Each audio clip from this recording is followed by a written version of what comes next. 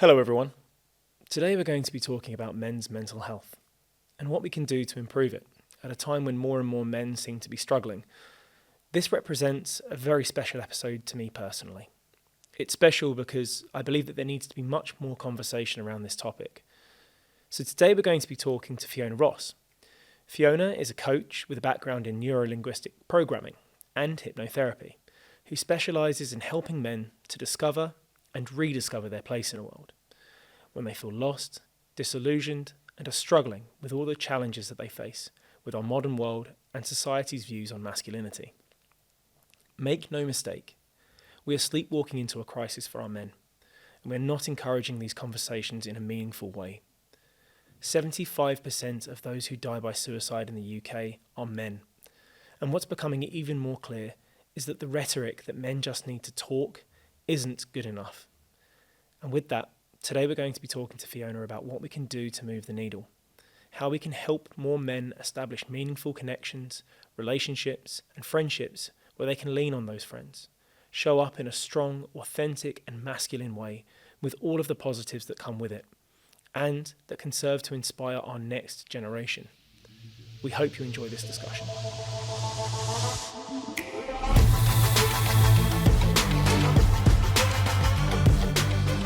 Fiona, absolutely lovely to have you here.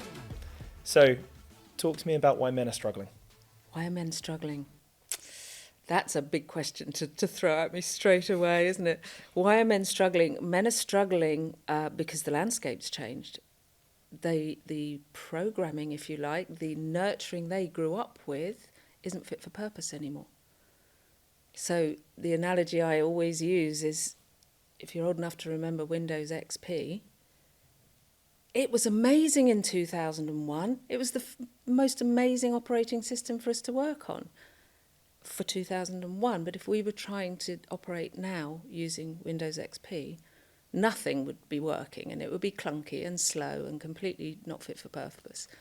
Exactly the same things happen to men. Men that have been fathered by men from a previous generation, even going back to the 70s, that isn't fit for purpose. So they've got a whole load of programming, a whole load of reference points to gauge their current behaviour by. It goes unquestioned, and society's moved on. Yeah. And so what inspired you to start the work that you're now doing and to get involved in that conversation, observing that, these societal norms that were once acceptable are now not acceptable? Quick answer, I love men. And I want the men in my life to be whole, complete and happy. That's, the bottom line. I want families to stay together. I want kids to grow up with mums and dads who stay together in the world and create the unity of a family. This disenfranchised family unit is not doing humanity any favours. Yeah. And it's not a judgment. I was divorced. I was a single mum. I've been on that road, and I think kids do better when they've got two parents present and a loving home. And men are often finding that they don't fit in that environment anymore. Yeah, it's a narrative that we're being told more, and unfortunately that was historically true, that men don't necessarily matter, that the outcomes of the child are pretty much determined by the love and affection and the care that the mother brings, when now we're seeing actually much more that actually the role that the father plays is integral. Yeah. You think about things like play and actually how important that is in development of children, where they learn boundaries. Yeah. Because they learn, that there is someone bigger and stronger than them, and to boil it down to its base element. And they learn those boundaries and they set those, and without the father present to fulfill those roles, it becomes, there's a missing piece almost of the puzzle. Yeah. You can't complete it all without that. With the work that you're doing, what are some of those most prevalent challenges that you're seeing in the work that you're doing day to day and with the men that you're working with? I think it is the ability for them to be present at home. It's the transition from their work environment to the home environment. And I think there's a narrative around...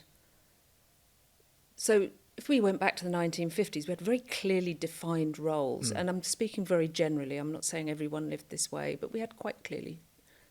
Mum was home giver, caregiver to the children. Dad was out at work. Now you've got a world where men are caregivers as well, and they do as much. They've got paternity rights now. They can take time off when their children are born. And that's brilliant. And then, as they progress through their careers, they end up spending more time at work. They sacrifice all of that in order to provide. And this is something that is a very fundamental part of masculinity, is to provide. The buck stops with me. And so the transition from being at work to coming home is quite a challenge for a lot of men. And the narrative between the man and the woman, the husband and wife, the mother and the father, is she often is saying, but I need you here, I need you present with the kids, I need you to be doing more here. And he's like, I'm doing everything I can over here. And it's not that he wants to be there, he wants to be present, but often he's leaving his mind at work and he's not able to be present with his family. Yeah. I think we spoke off camera about the concentric circles of masculinity, and you touched on that there with, the role of the man, first and foremost being to be able to take care of himself. Yeah. And then outside of that, to be able to take care of his family, and further than that, people that he may never meet. And that pressure to be the provider, to be the protector, to be the person that always has it together. And that's often a pressure they put on themselves. It's it's part of their masculinity. And even just understanding with my clients, one of the exercises I take many of my clients through is one of needs. And we have that discussion of, so what are your personal needs? And I get this kind of, I don't really understand the question, because I'm so busy doing all of these other things, I don't think about myself. And, maybe they get to play football, or they go and play golf, or they have some thing that they do outside, which is often considered like, oh, he gets all the free time, he goes off and plays golf. But when it comes to real personal needs like friendship, male friendship is so important. Spending time with his guys, Women tend to spend time with their girls, and they make time for that. Men, they do when they're younger. You look at young guys of university kind of age, they've usually got quite a group of good mates. And as they progress through career and life, they end up socialising with the parents of their kids, the other parents at school, and then they don't socialise. They lose their friendships. It's one of the areas in which I think I've seen this myself. I do with my own father, actually. His circle of friends has really diminished. Yeah. And we talk, all of us, about the fact that men need to talk. They need to have someone that they can share their problems with. And yet what you've just articulated there is that actually the higher up the sort of social chain towards success you go, the less of those spaces that you actually have, the less of those relationships you actually have. Yeah, and they blame time, but it's not time. It's I think a lot of it boils down to lack of presence to their own needs. Yeah. And that, I guess, is something that with the challenges of, as you say, they're blaming it on time, they're blaming it on all of these other factors apart from addressing the real crux of the matter, which is addressing their needs. How do you try to with that exercise, shake them out of that belief that actually they don't have the time, that they really need to sit with this for a while? Because I can imagine that's probably quite an uncomfortable thing for a lot of these men who are actually, well, I'm doing all the right things. Yeah. I'm already doing what I'm supposed to be. I'm sacrificing. They're in that space. There's a lot of victimhood, I think, in society in general. But it's like, I'm sacrificing everything. I'm doing all I can. I don't have the time. I'm at work. I don't, the pressures of life. And I think sometimes it's so in the past for them, their own needs. It's maybe never even been present for them. They've never even really questioned it. They've never looked at what that might look like. And if you go historically, the man cave was, I just get away to the man cave. That's kind of it. That's a man going, okay, I need some time to myself. So what we do is we look at what the possible needs might be, Mm-hmm. and we break it down into what is the need, how much of that do you need, and how often do you need that? And we sometimes link it through to which masculine archetype might be best suited to help them achieve that. And I just get them to plot it. I get them to sit down. It's actually a really useful exercise to go through the whole family with. So everyone starts to identify what gets them to okay. It's not what gets me to, yay, I'm living my life. It's just, without these things, I'm not okay. So we're just getting to a base level of okay. Mm. So it might be, so one of my needs is to be able to speak to my son. He's 22 now. He's at university, he's living his life. There comes a point, if I haven't spoken to him, I'm not okay. It's like, actually, I need to touch base. I need to just check he's okay. I need to check in with him. I need to converse with him and connect with him. And it could be something as simple as speaking to their siblings. It could be having some time on their own to read a book. It could be taking time. It might be connecting with their friends. It might be, I need to see my mates. I need to get physical exercise. Physical exercise is really important for men because of their testosterone levels. That testosterone has to go somewhere. So physical exercise. So if a guy's sitting behind a desk all day, he needs to get on the golf course or down the gym or something. Otherwise, it's all like in there. That gets it. It's a hormone. Hormones affect our lives. So it might be eating really good food. Like proper home cooked meal. So, or drinking water. So it might be something simple as, do you drink enough water? So how much water do you need to drink? And how often do you need to drink it? And just getting one thing like that sorted can impact their lives. It's the cascade effect, isn't it? That moment where you do that one thing that hopefully cascades through, and you start recognising the other things that you may need, the other things that you've been putting off to the side, and shuffling the papers on the desk so that thing always ends up at the bottom of the pile. So many men I speak to are sleep deprived. Well, I was listening to something today that terrified me. I was listening to something and they were talking about the guy that seeks to be the neurosurgeon, and he's, lauded for the career progression that he has, and he's got his 3 hours sleep because he's been working back-to-back shifts. I don't want that person operating on me. No. Can you imagine? I mean, I know, speaking from my own experience, how I perform with no sleep. Or the train driver, or anyone. You're not at your best. And, a lot of guys, they might go to bed, but they're awake at 3 a.m, ruminating about something that's not now, something that's tomorrow or the next week or a deadline that's approaching, and it keeps them awake at night. So prioritising the quality of their sleep. So how many hours do you need? What sort of sleep? What does sleep? It's not falling asleep on the sofa. It's like getting into a bed. Is that what proper sleep looks like? For some people, it's a nap. If they get power naps through the day, it will be different for everybody. But prioritising their sleep can massively impact their internal power. Yeah. You spoke a little bit about how you get the family and the wider network to engage in the exercise as well, about the needs. What is the receptiveness to those conversations, and what sort of impact in conversations are you seeing, positive conversations around this with the work that you're doing? So with my clients, one of the conversations we have really early on is, are you committed to this work?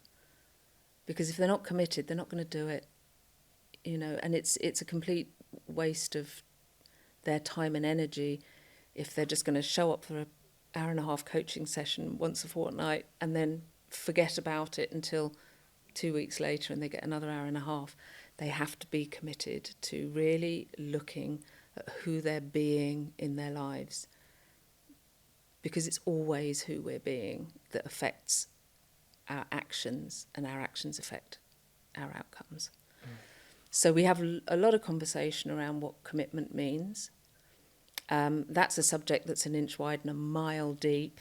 It sounds like a very simple thing, but it's where are you placing that? We're always committed to something. You know, you could have somebody who's like, I'm really committed to my health, and then they're on the sofa drinking wine and eating ice cream, and it's like, you're not. You're not committed to your health. You're committed to sitting on the sofa and eating ice cream. So really getting them to understand where they're committed, and we've got to shift that commitment into finding what's actually going on inside them. What are their thoughts? How are they motivating themselves through the way they think to be committed to whatever they are actually committed to, and then shifting it. And we've spoken as well previously about being your word and the power that words impart on the way in which you see yourself and the commitment and how that shows up. Talk to us a little bit about the background that you have, obviously, in neurolinguistic programming, and how being your word also impacts your ability to commit. And so being your word is, for me, it's for my own personal journey of understanding being your word. So I always would have said, I'm a trustworthy person. Prided myself on being trustworthy. If I say I'm going to do something, I'm going to do it. And then through the coaching that I received, that's been challenged. It's like, well, are you really your word? Do you do everything you say you're going to do? So that might be, I'll be here at this time. 5 minutes late, doesn't matter. Well, it does matter, because you're not being your word to yourself. It's being your word out there is one thing, but truly being your word is an internal thing. And when we're a bit wishy-washy about our word, our whole internal space is eroded. Our solid integrity starts to look a bit like a Swiss cheese. And the more wishy-washy and the more wiggle room and the more negotiation we do with ourselves, the more unstable that internal space becomes. So really looking at where, can you trust yourself not to finish the packet of biscuits? Can you trust yourself just to have one biscuit? How many people have done, Monday, I'm going to start, I'm going to stop smoking, I'm going to go to the gym, I'm going to whatever it is. And what we tend to do as humans is we tend to rely on feelings rather than just doing it because I said I would. And it's actually a lot easier if you just commit to it and do it because you said you would. So I work out every morning. It's 20 minutes, I'm at home, I just do it. Do I ever feel like doing it? No. Never do I wake up going, yes, I'm gonna go and get my weights out. Never. It's not my thing. But I know it's good for me, and I know if I don't do it, my body will get worse, not better. So because I said I'm going to do it, because I'm committed to it, and it's my word to myself, I do it every morning. It's just become part of my routine. And like you said, you can build. Now I'm doing that. I can build on that trust that I have for myself. And I think this is something that we see out in the world, is we see a lot of people moving over, compromising their own integrity because they want to people please, or they're afraid to get it wrong, or there's many, many reasons why. But instead of just standing there and going, no, I'm doing this because I said I would. How many people move meetings? In the corporate world, some of my clients, we'll start off with an initial conversation, and they're like, oh, can I? Because they're not committed, and they're not their word, so things get moved around. What if you just were like, no, I've committed to that I've course committed of action. to that, and without prioritising what that is, if you've committed to it, you're going to do it, and it doesn't matter whether it's who it is that's asking you to move, whether it's the boss, the king, the bloke down the road, whoever it is, you say, no, sorry, I've committed to that, and that's what I'm going to do.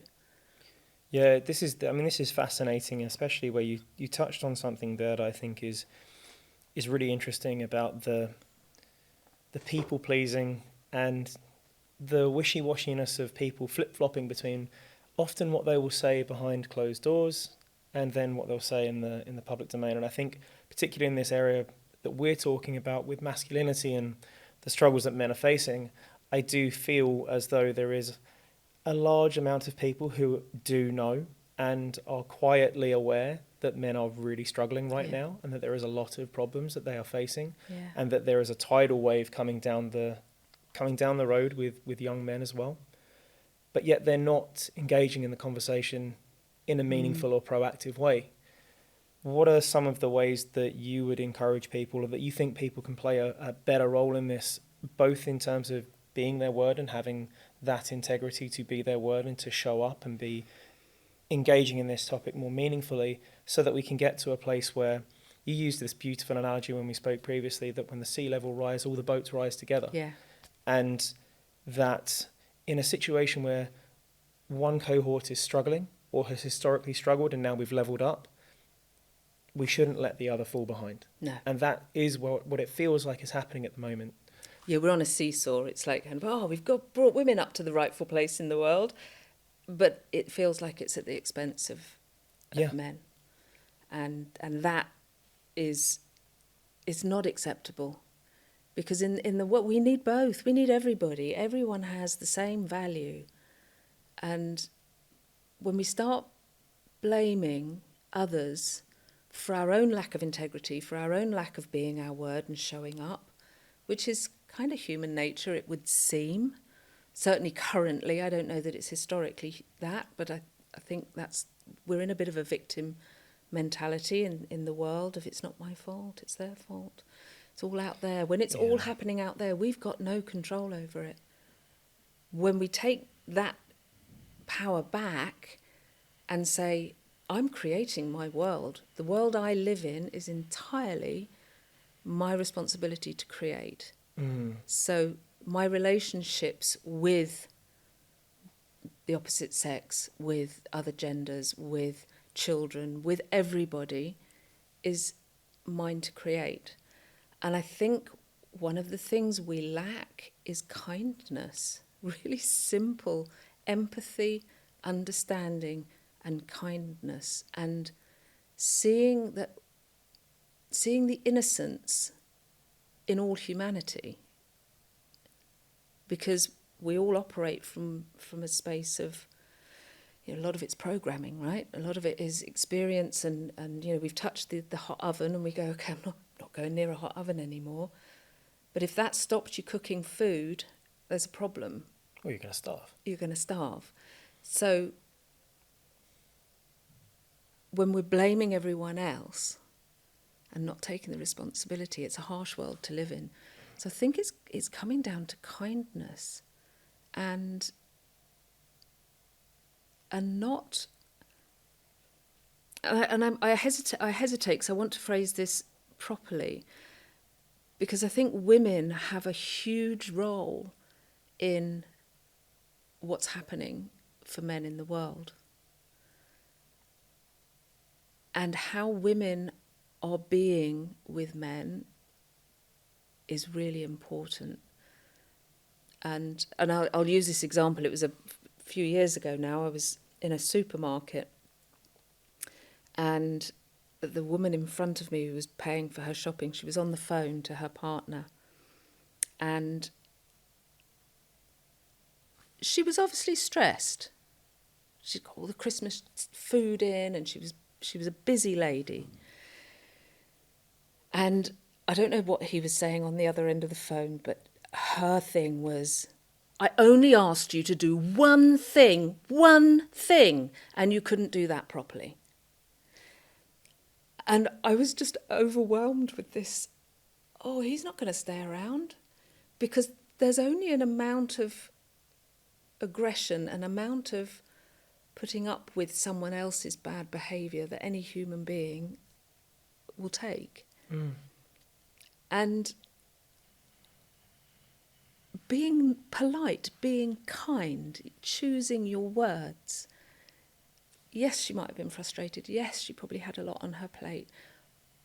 And I obviously I didn't go into a conversation with her, but maybe she was putting too much on her own plate.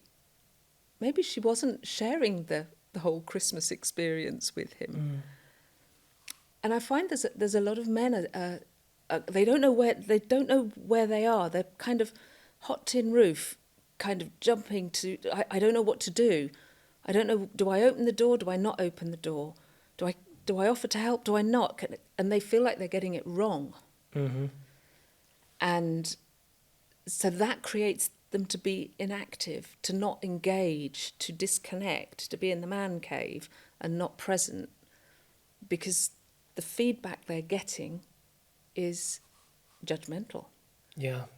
I mean, what you've touched on there is something that boils down to communication.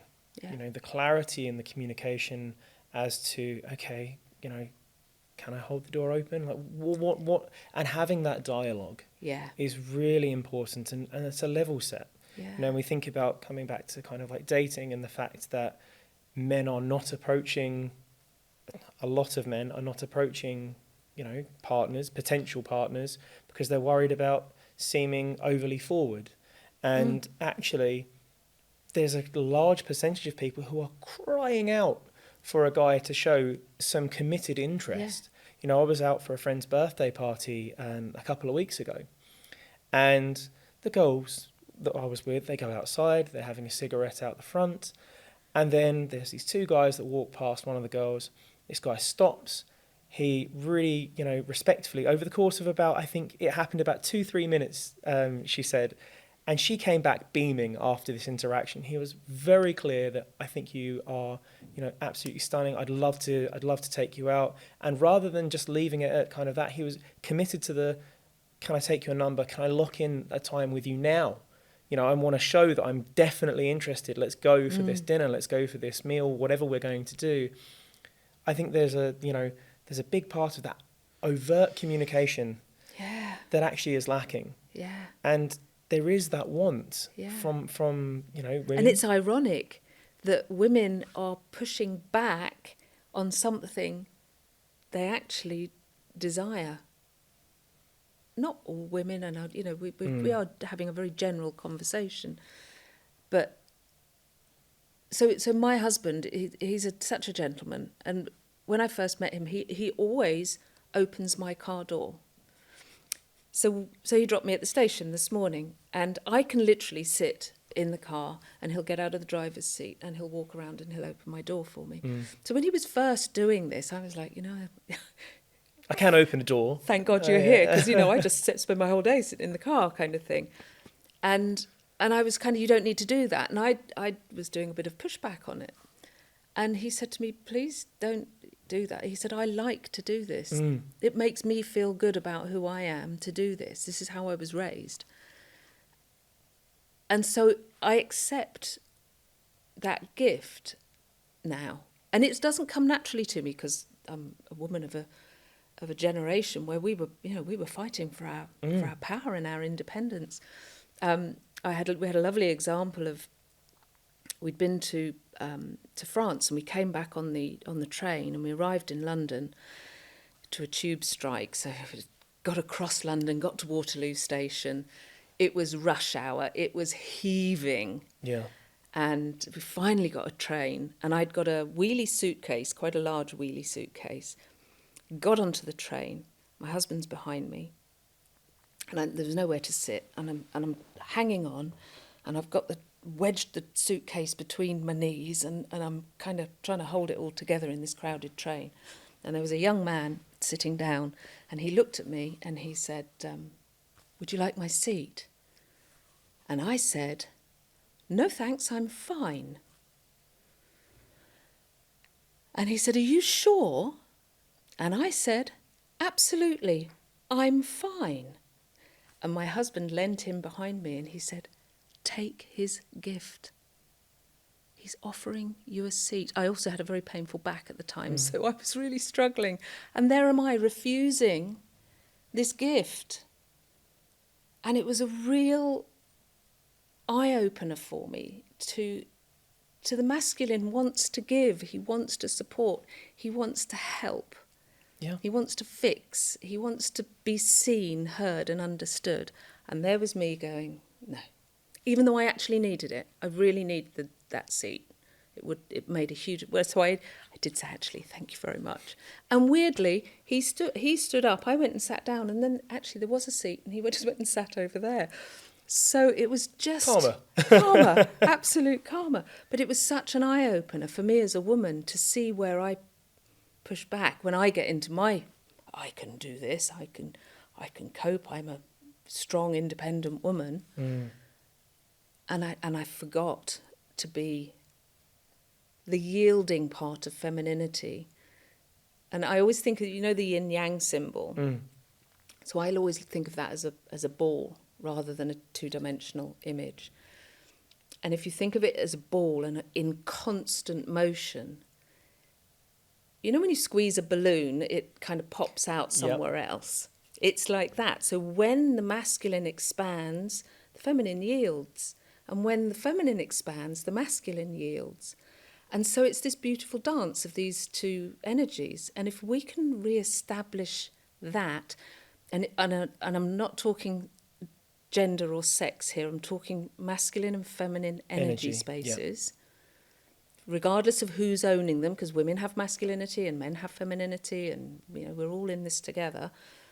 But if you can just be in this world of yielding and expanding and yielding together, it makes so much difference. And we're not trained for it. We're all coming up, everything's really, we're coming up against hard stops. Yeah. And we all need to just breathe a little bit and be the invitation and accept the invitation from the other energy.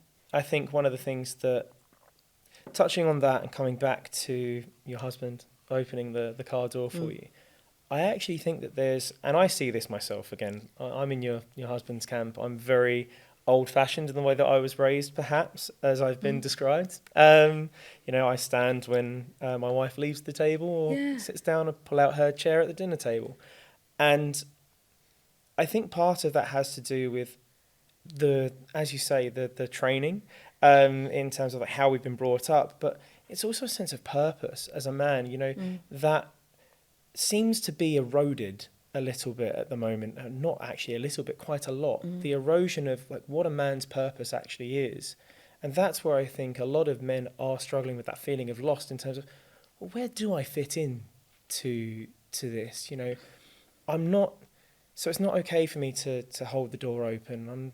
And as you say, these things that you do without thinking as just kind of a part of the, it's offering service, it's offering kind of yourself or a part of yourself, and then having it put back on you as like, oh no, we don't want that. Yeah. When in actuality, so it's rejection. Yeah, it's rejection. Where in actuality, the conversation is, oh, I do want that.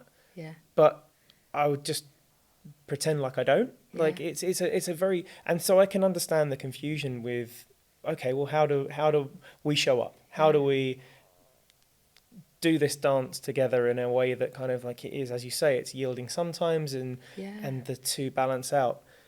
With that being said, what are, the conversations that need to happen within the female spaces and to be more, I think, open, communicative, and to do that communication part? What are some of those conversations that we need to have that actually invite men to have that open dialogue? Because we're told all the time men need to talk, we need to actually communicate, but we've already touched on earlier, actually when you are confronted with this rejection, men's natural lean, I detach and walk away. And we're seeing it particularly with with young men who are, rather than engaging in dating, going out, they're more invested in their dangerously so in certain cases in pornographic material, in video games, in other aspects. What can we do to bring that forward? What can we do to bring that conversation more to the fore in a positive way that, creates that space for men to actually engage properly and say, as your husband did, don't take that away. Yeah. Like, I'm actually giving It's here. service, yeah. I think it's a narrative that has to come into our everyday life. So I work a lot with corporate clients, often individually, but they're, C-suite, kind of lots of my clients are C-suite level. And companies there's a huge, and rightfully so, massive support for women in the corporate world. Yeah. Massive. And that's a good thing. There's almost none for men. And if there is, it's usually a tick box on a HR form, is there help for you if you need it? Yes. But it's not created in a way that's inviting for men to go and have that conversation. One of the things a lot of my clients say to me is that the space I provide for them to have someone to talk to, where there are no repercussions, they can say anything to me, it's confidential, it's non-judgmental. Whatever they bring, I never judge them, we just look at it. And for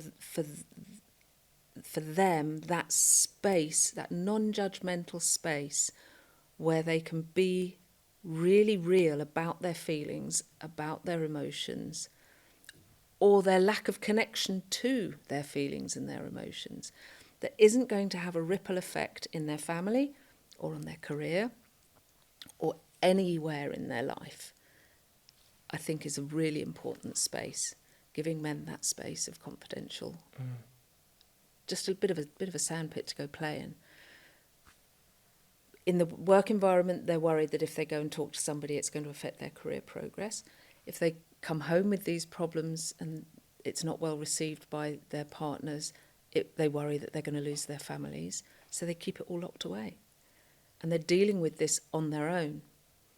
And we spoke earlier about the importance of men connecting with men, re-establishing friendship. That when they're young is really natural to have blokey friends and guys together, and that group is something that young men seem to value, and it drifts away as they get older. And well, it's that phrase, it takes a village to raise a man, and that's the truth. There has to be social group dynamics that impart a layer of accountability. Yeah. That's how you learn how to have a place, a healthy place within a community, because there is, a group dynamic that keeps you in check. You don't have an outlier going off and doing these crazy things.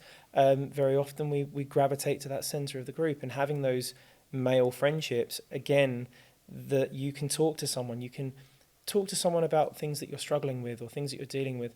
But it does, as you say, it seems like the older that you get worried about your career, so I can't talk about that. I don't want to come home and talk to my wife about some of the problems, or my partner about some of the problems that I might be experiencing, because heaven forbid they perceive me as weak. yes, Heaven forbid absolutely. that, because It's the one of the biggest other fear. well, I mean, part of the massive reason for me divorces in some cases is the man's inability to provide.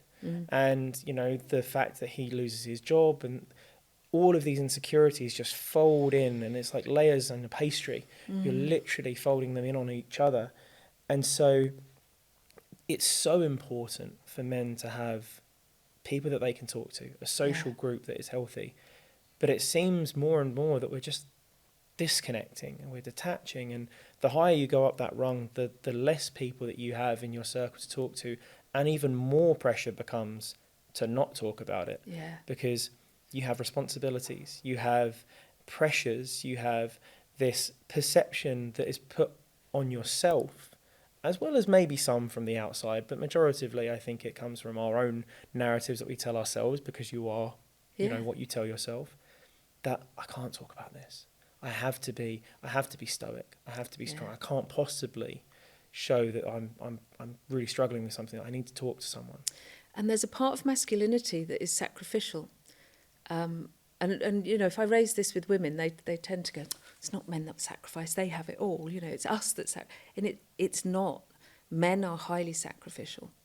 And in the archetypes that I work with 6 archetypes in my work, so the warrior will sacrifice for the king, for the battle, what the father will sacrifice for his family, and the hero will sacrifice for the world. So there are 3 very strong archetypes that, you know, the man will stand up and, you know, it's like, you come through me. That's the masculine. And I think this is the root of male suicide, is that when all this gets bottled up inside, there's nowhere to go with it, no one to talk to about their emotions, their fears, their worries, the answer becomes, they'll all be better off without me. And we see so many cases of male suicide where everyone's in shock of like, I didn't see it coming. Because men can mask really well. Because they don't let any of this out. And then that ultimate sacrifice happens. And this is, you know, it's a terribly sad subject, because it leaves a mark on everybody around them.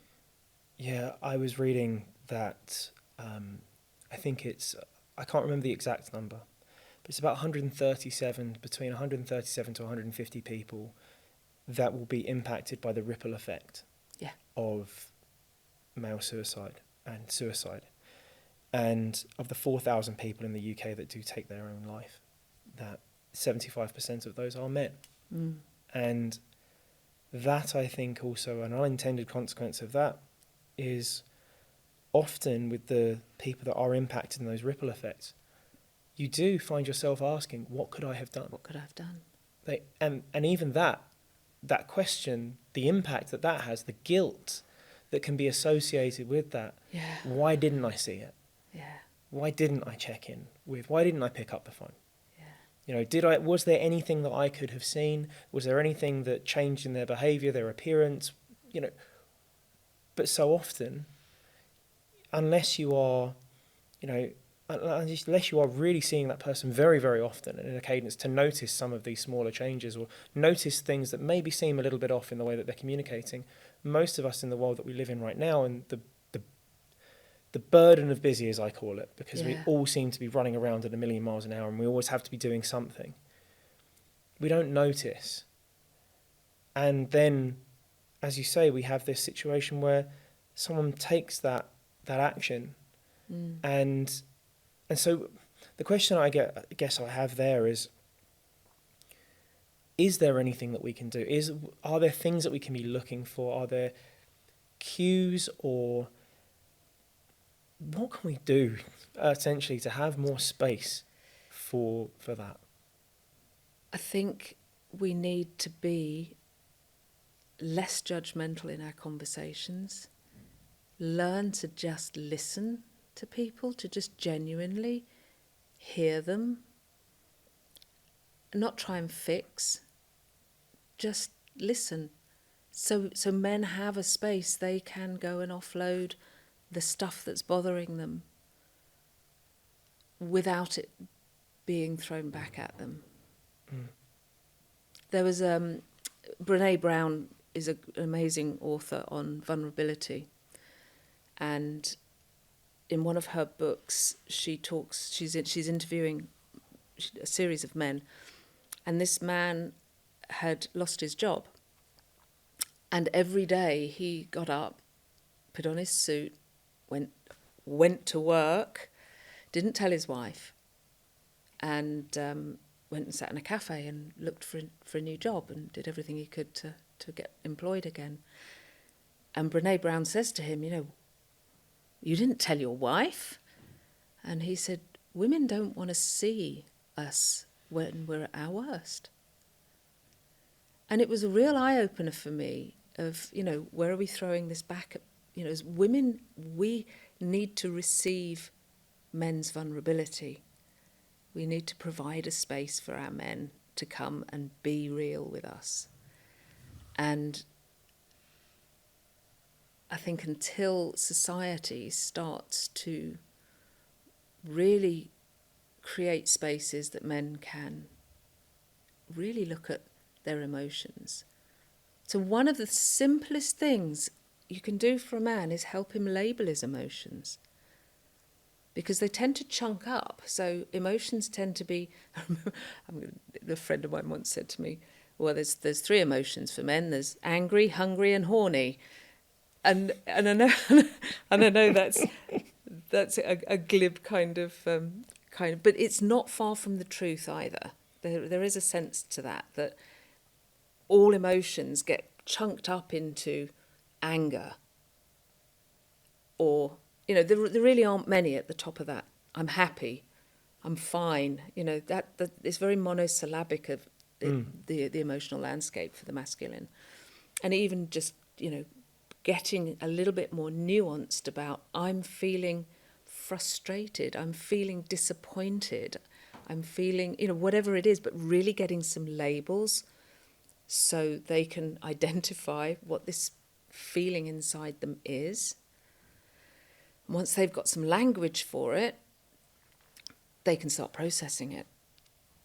And I pick up there, and this may be, this is a bit of a segue, but even that framework of I'm either angry, hungry or horny, and I listen to the other things around that, I'm thinking about kind of like the language side of it. None of those are positive, what you consider positive terms around masculinity. Whereas actually there's so many positive qualities that are associated with, you could use, replace anger with, you could be, protective. Yeah. You could be, hungry, provider. You conflate these terms, you can push them either way.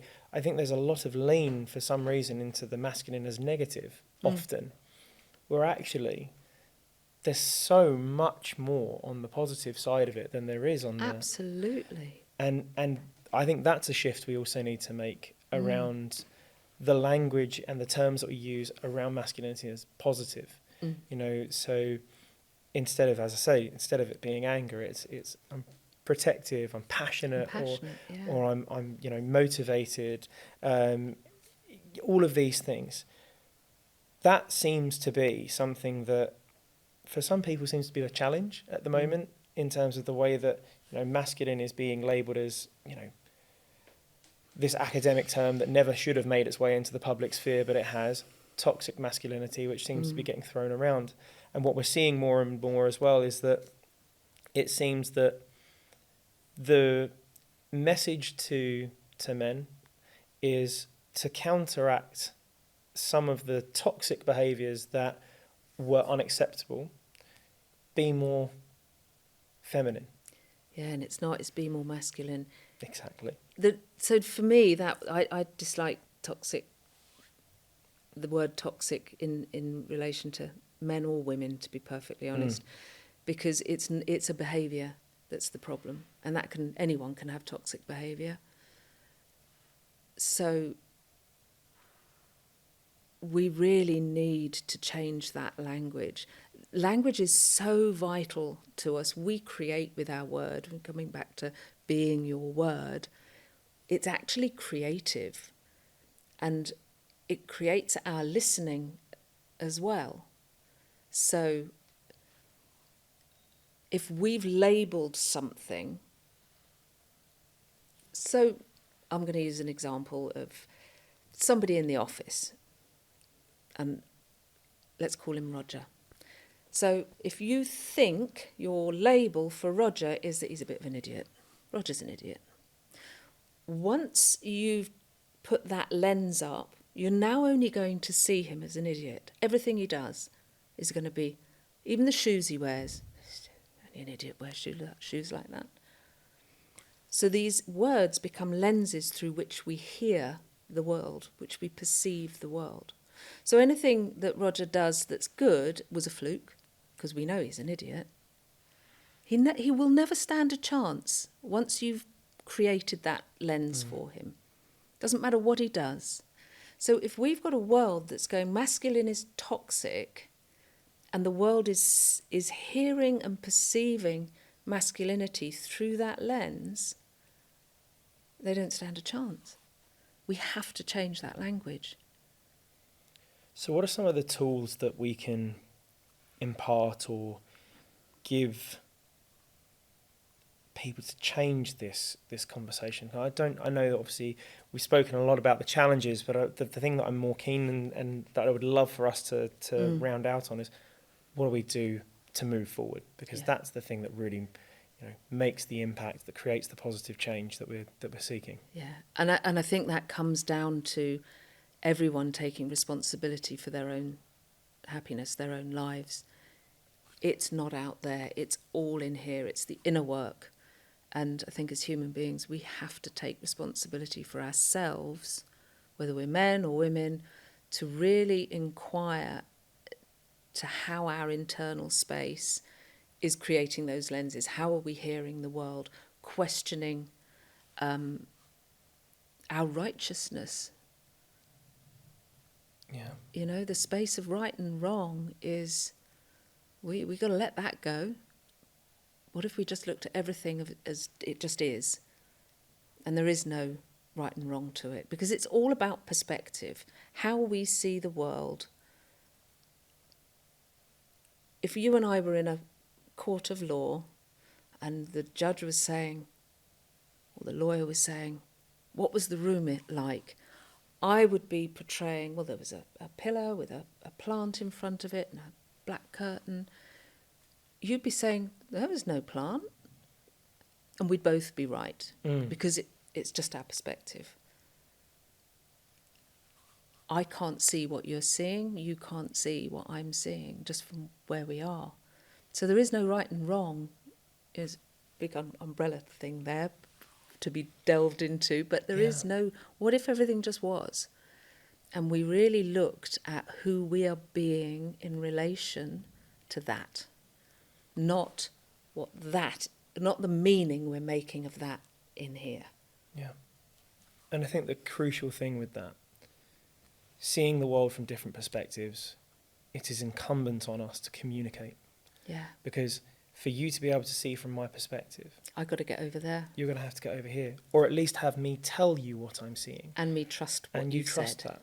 And to also not shoot me at dawn for saying something that you may disagree with, and being able to engage in a conversation and assume the best of my intention. Yes. And if we can have those dialogues, if we can have those discussions, then we can start to find that appeasement middle ground for each other. That means that as the sea level rises, we all rise together. All the boats go up. Yeah. It's all in a world of possibility. We've got to see beyond what we think we know, and we've got to look into a space where we don't know what's there, but we've got to go and look there, because the way we're going, it's not healthy for anybody on the planet. Yeah.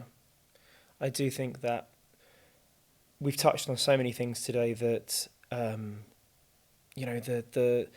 the low internal locus of control is one that really does resonate.